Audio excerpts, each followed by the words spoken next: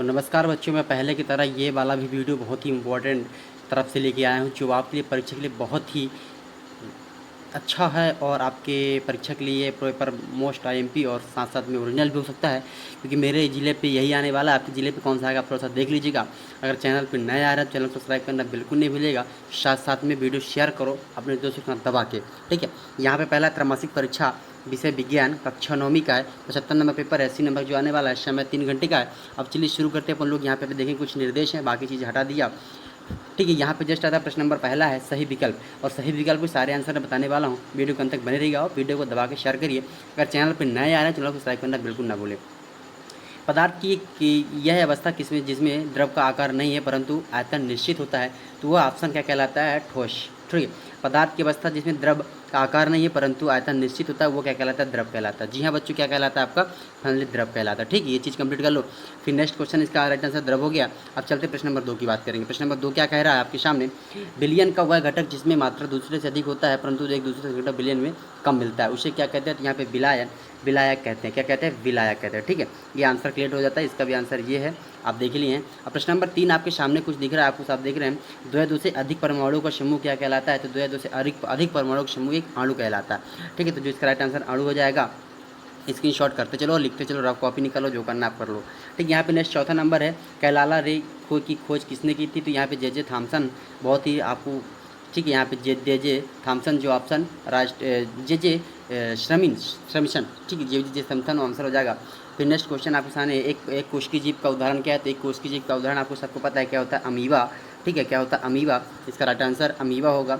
यहाँ पे आपको टिक करने के लिए अमीबा दिया गया है। फिर नेक्स्ट क्वेश्चन आपके सामने कुछ दिया है, तेज हवा से चलने वाले पे पेड़ को और के फल पत्ते टूट कर गिर जाते हैं, ऐसा क्या कारण होता है? तो गति है, यहाँ पे गतिज जहद के कारण होता है, ठीक। गतिज जहद के कारण पेड़ पत्ते फल टूट जाते हैं। नेक्स्ट क्वेश्चन आपका खाली स्थान आपके सामने दे दिया गया है कुछ इस प्रकार से, और सारे खाली स्थान के आंसर भी लिख के देने वाला हूँ मैं।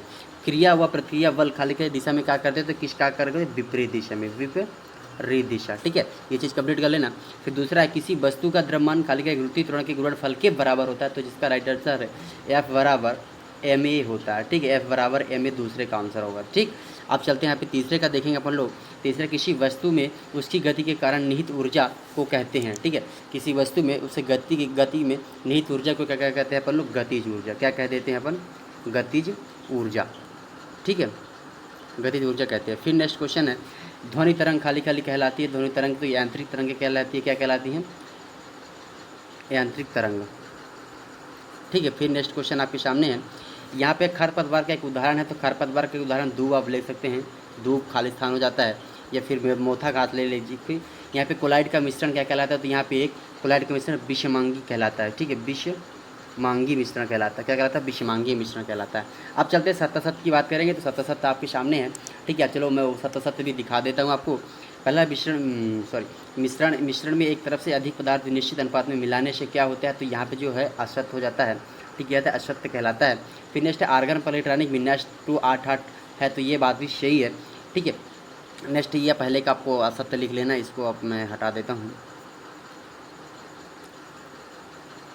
ठीक है। इसका क्या राइट आंसर क्या होगा? असत्य। फिर नेक्स्ट जो तीसरा नंबर, कोशिका जीवन की संरचना के कार्यात्मक इकाई नहीं है, तो ये बात ही असत्य है।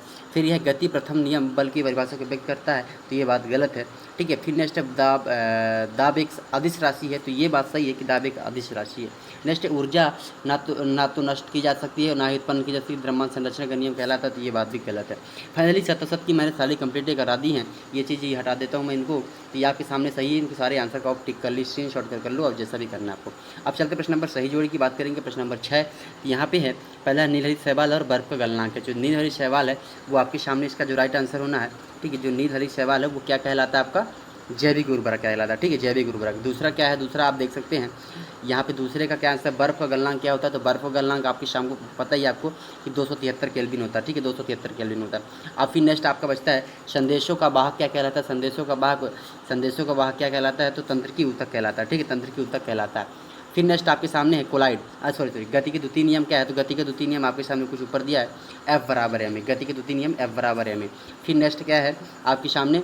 यहाँ पे गति के द्वितीय नियम हो गया। अब ये आपके सब आपके मैंने सारे आंसर कंप्लीट कर दिए। प्रश्न नंबर 5 आते हैं। प्रश्न नंबर 5 आपको देख सकते हैं, एक वाक्य में उत्तर दिया गया है, और उनको भी आपको थोड़ा सा देखना है अच्छे से, ठीक है। प्रश्न नंबर 5 अब भी मैं बता देता हूँ। बुझा हुआ चूना उपस्थित तत्वों के नाम लिखिए, तो यहाँ पे लिखना है आईपीसी नाम पूरा लिखना है, कोशिका में पाए जाने वाले 2 अंगों के नाम लिखने हैं, ठीक है। बासी संचित करने वाले ऊतक का क्या नाम है वो भी आपको लिखना है। एक भूताकार मैदान में 2 चक्कर पूरा करने के बाद क्या विस्थापन क्या होगा वो भी दिखना है आपको। धनात्मक आयुष धन्य का एसआई मात्रक क्या होगा। ये सारे आंसर मैं भी इसी वीडियो पे दिखाने वाला हूँ। यहाँ पे देख सकते हैं कुछ प्रश्न आपके सामने 6, 7, 8, 9 और ये है पूरा कंप्लीट, देख सकते हैं। नहीं, आप इन्हें कंप्लीट कर लेना और इनके आंसर में भी अगली वीडियो अगले पार्ट में आने वाला है। मैंने यहाँ पे ऑब्जेक्टिव क्लियर कर दिया, बाकी जो आंसर आपके हैं वो नेक्स्ट पार्ट में आपको दिखाए जाएंगे। तो आप वीडियो पहले शेयर करो और दबा के भी चैनल सब्सक्राइब करो और नेक्स्ट पार्ट का इंतजार करो। 5 मिनट बाद नेक्स्ट पार्ट आ जाएगा, उसमें पूरा आंसर आपको दे दिया जाएगा, ठीक है। फाइनली आपको ये अच्छा लगा होगा, वीडियो शेयर करना ना भूलें और चैनल पर अगर नए आ रहे हैं बच्चों चैनल सब्सक्राइब करो। यहाँ पे मासिक टेस्ट पेपर पूरा आपको मिल जाता है, त्रैमासिक परीक्षा तो मिल ही रहा है, ठीक है। Bye bye. तो फाइनली बच्चों आपने पहला पार्ट कंप्लीट देख ही लिया होगा, मैं सेकंड पार्ट लेके आ चुका हूँ। यहाँ पे देख सकते हैं यहाँ पे कुछ प्रश्नों के आंसर रह गए थे जो 6 से 20-22 तक, उन सारे प्रश्नों के आंसर अभी जस्ट इसी में दिखाने वाला हूँ। शुरू करिए, यहाँ पहला पेपर आप देख लो एक नज़र, फिर मैं पेपर के बाद आंसर में चलता हूँ, तो आपको संकोच नहीं होगा, ठीक है। तो फाइनली मैंने आंसर में आ चुका है। आपको पता है कि मैंने पहले पार्ट में बताया है आपका कक्षा 9वीं विषय विज्ञान पहले का प्रश्न आंसर यहाँ पे, चलो फटाफट आंसर देख लो।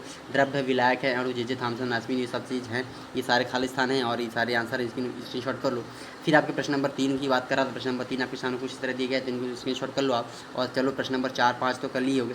ये आता है प्रश्न नेक्स्ट क्वेश्चन, ठीक है। नेक्स्ट क्वेश्चन आपके सामने है, क्रिस्टलीकरण विधि के अनुप्रयोग लिखिए। तो क्रिस्टलीकरण विधि का अनुप्रयोग आपके सामने, क्रिस्टलीकरण विधि में समुद्री जल से प्राप्त नमक शुद्ध किया जाता है और साथ में अशुद्धियों को दूर की जाती है, क्रिस्टलीकरण विधि कहलाता है।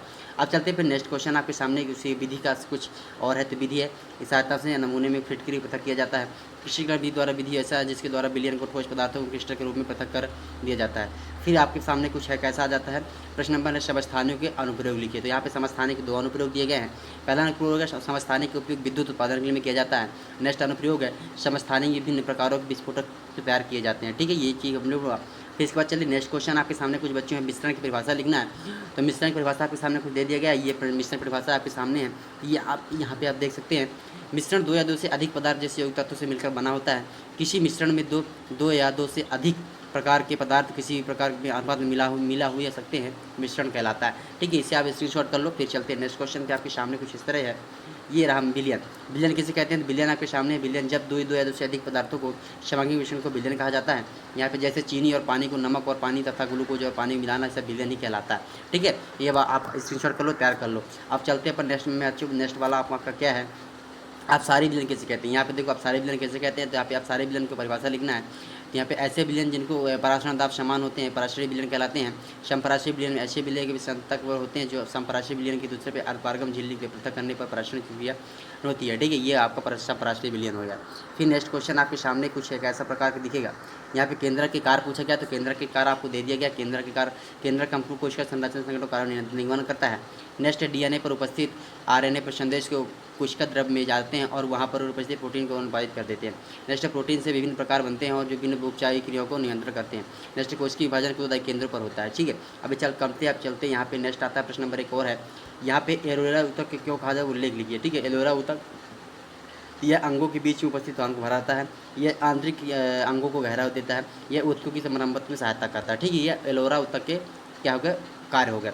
अब नेक्स्ट क्वेश्चन आपको कुछ और बचता है, वो आप देख लो। स्टोमेटा का कार्य पूछा गया आपको। स्टोमेटा का कार्य है गैसों का आदान प्रदान में सहायक होता है। नेक्स्ट है वास्तुसंजन क्रिया में सहायक होता है। ये आपका स्टोमेटा कार्य हो गया ना। अब चलते हैं नेक्स्ट क्वेश्चन आपके सामने है, कुछ है और है। यहाँ पे गुरुत्वीय त्वरण पूछा है, गुरुत्वीय त्वरण परिभाषा कहा गया है। तो गुरुत्वीय त्वरण की बात देख लो आप। गुरुत्वीय त्वरण की बात कर रहा है, जब वस्तु पृथ्वी की ओर गिरती हुई तो त्वरण का कार्य करता है। यह त्वरण पृथ्वी के गुरुत्वीय बल के कारण होता है, अतः इस त्वरण को गुरुत्वीय त्वरण कहते हैं। ये चीज़ कंप्लीट हो गया। अब चलते हैं यहाँ पे नेक्स्ट क्वेश्चन आपके सामने है। यहाँ पे है द्रव्यमान और भार में अंतर। ये रहा द्रव्यमान और भार में अंतर। इसे आप स्क्रीनशॉट करो, तैयार करो, जैसा भी करना रटो, आप जो भी करना आप कर लो। और साथ में चैनल सब्सक्राइब करना बिल्कुल ना भूलो अगर चैनल पर नए आ रहे हैं बच्चों, ठीक है। अब ये कंप्लीट कर लो आप। इसके बाद देखो गुरुत्वीय त्वरण द्रव्यमान और भार में अंतर पूछा। द्रव्यमान किसी वस्तु निहित पदार्थ की मात्रा द्रव्यमान कहलाती है। और यह भार की बात करेंगे, यहाँ पे देख सकते हैं वह बल जिसमें वस्तु के ओर आकर्षित होती है। यहाँ पे वस्तु का द्रव्यमान सभी जगह पर स्थिर होता है, वस्तु का भार स्थान पर परिवर्तन बदलता रहता है, ठीक है। एसआई मात्रक केजी होता है, यहाँ पे एसआई मात्रक न्यूटन होता है। यहाँ पे भले भौतिक तुलना की सहायता से मापा जाता हो, यहाँ पे ये चीज़ कंप्लीट हो गया। ये कंप्लीट हो गया ना। आप चलते हैं यहाँ पे नेक्स्ट है, ये क्वेश्चन है न्यूटन की गति के द्वितीय नियम को समझाइए F बराबर ma। तो ये आपके सामने F बराबर ma के कुछ उदाहरण, ये समीकरण दिया गया है, इसे आप स्क्रीनशॉट कर लो और A to Z तैयार कर लेना। आपको पता ही है, विद्यालय में आप पढ़े ही हैं, ये जो आपको एग्जाम में आने के लिए ये आया है और आपके पेपर दिखेगा। ठीक है, अब चलते हैं यहाँ पे। इसके बाद नेक्स्ट क्वेश्चन आपके सामने है, मिश्रण और यौगिक में अंतर। ये बहुत ही इंपॉर्टेंट क्वेश्चन था और ये आ भी गया। मिश्रण क्या है और यौगिक क्या है? मिश्रण में अवयवों को भौतिक विधि द्वारा अलग किया जाता है, यौगिक में अवयवों के तत्वों को भौतिक विधि द्वारा अलग नहीं किया जाता था। ठीक है, अब नेक्स्ट आपके सामने है, मिश्रण के निर्माण में ऊष्मा परिवर्तन आवश्यक नहीं है और यौगिक के निर्माण में ऊष्मा परिवर्तन होता है। नेक्स्ट है, यौगिक एक निश्चित सूत्र होता है, मिश्रण में कोई निश्चित सूत्र नहीं होता है। तो ये चीज़ हो गया मिश्रण और यौगिक में अंतर। आप आई होप कि आपको ये समझ में आ चुका होगा। और फिर नेक्स्ट क्वेश्चन आपके सामने, सरल और जटिल ऊतक में अंतर। सरल और जटिल ऊतक में अंतर आपके सामने एक अंतर, दो, तीन, चार अंतर है। आपको 3 अंतर लिखने के लिए आया, 3 अंतर आप स्क्रीनशॉट कर लेना और तैयार कर लेना बच्चों।